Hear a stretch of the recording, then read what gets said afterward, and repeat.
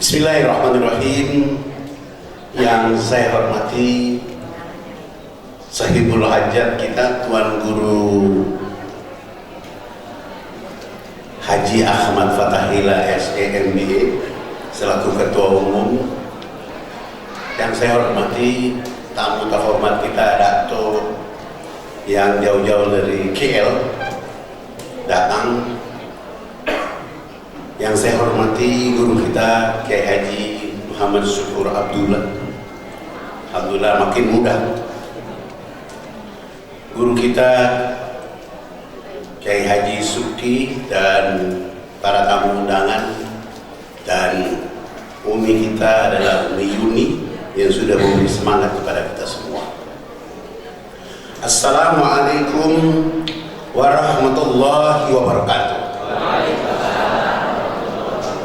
Alhamdulillahirabbil alamin wa bihi nasta'inu ala umuri dunya waddin, wassalatu wassalamu ala sayyidina Muhammadin nabi wal mursalin wa ala alihi wa ashabihi ajma'in.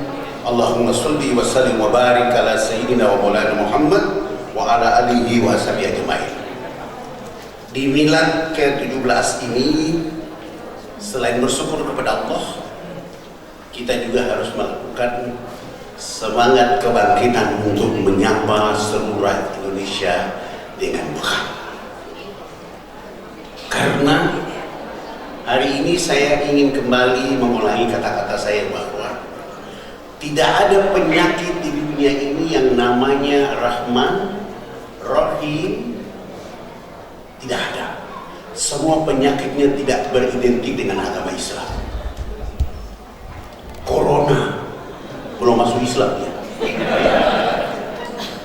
Diabetes juga belum masuk Islam. Kanker yang ditakuti oleh orang di dunia. Padahal 1400 tahun yang lalu Nabi datang berpesan, memberi semangat kepada umat manusia bahwa bekam itu sebuah pengobatan yang tidak ada tandingan, yang berkemampuan untuk mengobati seluruh penyakit yang lahir di dunia dibuat oleh manusia hari ini. Maka keluarga besar Persatuan Perkumpulan Bekam Indonesia tidak usah merasa kecil. Wala tahinu wala tahzanun antum a'launa in kuntum mu'minin. Jangan lemah, jangan sedih. Karena kamu diberikan derajat oleh Allah berada di telaga yang namanya bekam. Kalau sudah ada di perahu ini, sudah ada di telaga ini, tebarkan semangat ini kepada dunia. Gak usah malu di jalan bawa jarum, bawa alat bekam, gak penting. Tapi sampaikan kepada masyarakat dunia bahwa sunnah ini harus datang ke tubuh-tubuh orang lain.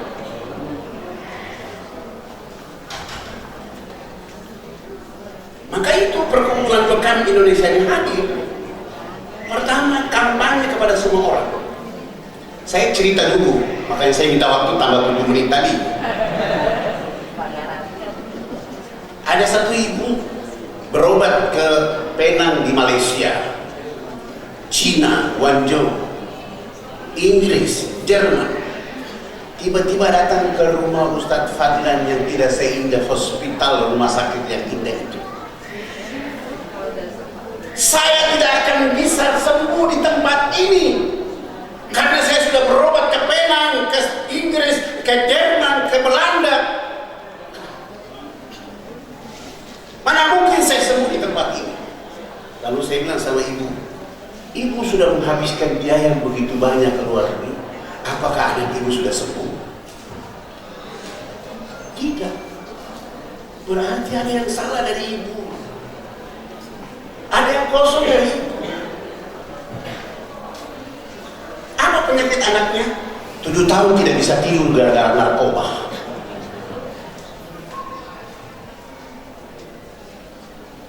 Lalu datang ke rumah orang bekam seperti kita ini. Orang di Jakarta, di Jawa saja rumah bekam dia sempit, sulit. Apalagi rumah orang Papua. Pasti pandangan buruk, tidak akan sembuh. Karena dia lihat adalah rambutnya, kulitnya. tapi dia tidak lihat bahwa ini agama bekam ada di bawah Nabi Muhammad SAW. Dia tidak lihat itu karena sedang buta hatinya. Subhanallah. Sudah ribut kira-kira setengah jam kemudian dan saya memberi pertanyaan. Betul, saya bahagia ibu sudah keluar negeri, tapi anak tidak sembuh dan akhirnya datang ke tempat yang kecil ini. Dan kami di sini tidak akan mampu menyembuhkan siapapun. Kami hanya bersandar kepada Allah yang Maha. Jika ibu mau dengan telaga ini silakan dulu. Akhirnya ego yang tinggi itu rendah dan kita mulai dengan Al-Fatihah kepada dirinya. Menangis. Saya sudah bilang, kalau begitu obati anakku. Alhamdulillah, setelah dirukyat, dibekam selesai, dibawa ke ruangan terapi. Alhamdulillah, masih dalam ruangan sudah tertidur di bawah kendaraan sampai esok hari. Saya mau bilang kepada seluruh keluarga besar bekam Indonesia bahwa pertama, orang yang datang mencari tempat bekam dapat pahala karena dia sedang mencari amal yang Nabi pesan 1400 tahun lalu. Yang kedua, tuan-tuan dan puan-puan yang sedang mencari terapis bekam ini membahagiakan Nabi SAW karena mendebarkan dakwah. Walaupun ibu dibayar 50.000 atau mungkin ada yang bilang terima kasih, tapi Nabi bangga melihat antum dalam suasana. Apalagi hari ini ulang tahun milad ke-17 yang melambangkan 17 rakaat kita sehari semalam, yang mengatakan kepada setiap pembekam Indonesia bahwa jangan menyerah, jangan mengeluh, jangan sedih, jangan lari ke tempat lain, tapi pusatkan perhatianmu agar tubuh-tubuh anak bangsa Indonesia ini tersentuh dengan jarum yang dipersangkan oleh Nabi 1400 tahun yang lalu itu. Kenapa? Ketika dia sehat, dia akan berdiri dan mengatakan Allahu Akbar. Tubuh yang membesarkan nama Allah dengan hasil bekam itu membagi amal jariah dengan tuan-tuan dan puan-puan. Begitulah energi bekam di Indonesia. Tuan-tuan dan puan-puan yang dirahmati oleh Allah Subhanahu wa Ta'ala, tidak ada penyakit yang punya nama Ahmad. Tadi saya sudah bilang, dari penyakit terkenal di Papua, malaria, tidak ada namanya Aminah. Tidak ada penyakit nama Aminah. Maka tidak usah takut dengan penyakit-penyakit itu. Rasul membekali kita dengan akidah yang kuat, iman yang terjaga, tauhid yang tertata, sekaligus dengan pengobatan yang memberi jaminan bahwa seluruh penyakit di dunia bisa diobati kecuali 2 hal, pikun dan ajal. Maka bergerak terus bersama pemerintah Indonesia melalui Kementerian Kesehatan.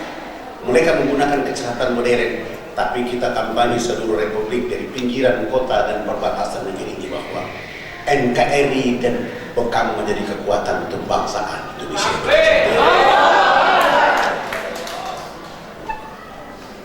Kalau itu yang menjadi semangat kita semua, saya justru mimpi bahwa suatu saat nanti orang-orang yang tidak pernah mengenal dengan bekam akan minta di bekam. Salah satu murid saya bernamanya Martinus, SMP, agamanya Katolik. Lalu dia datang ke pesantren ke anak-anak di Bekasi. Dia lihat ini anak, dia betul dari Ambon. Ini anak datang ke anak-anak Papua, bahasanya satu nada. Dia bilang kalau begitu saya pulang sekolah, saya datang ke kalian. Lambat laun dia bergaul sudah 6 bulan mengenal bekam. Setelah dia mengenal bekam, dia masuk Islam diam-diam. Setelah masuk Islam, ribut keluarga beliau bahwa Waalaikumsalam, ahlan wa sahlan, Sekjen Majelis Ulama Indonesia, Dr. Buya Emir Syah Tambunan. Yang bisa turunkan saya dari mimbar ini beliau.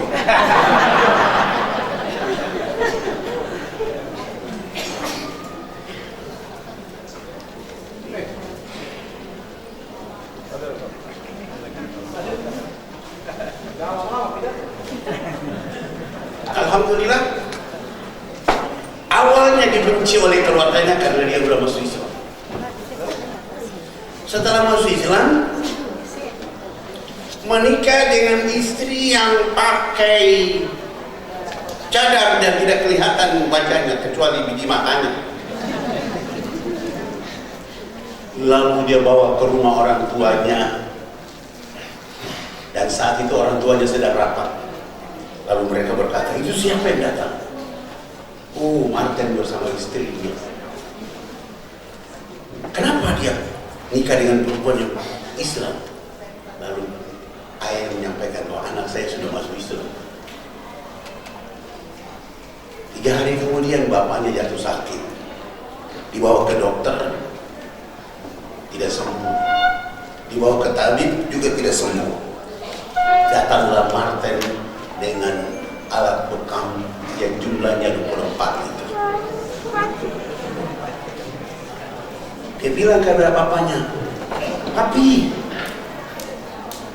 kalau mau sembuh, coba merasakan pengobatan Nabi yang kalian benci itu. Boleh benci kepada Nabi Muhammad, tapi jangan benci kepada cara pengobatannya.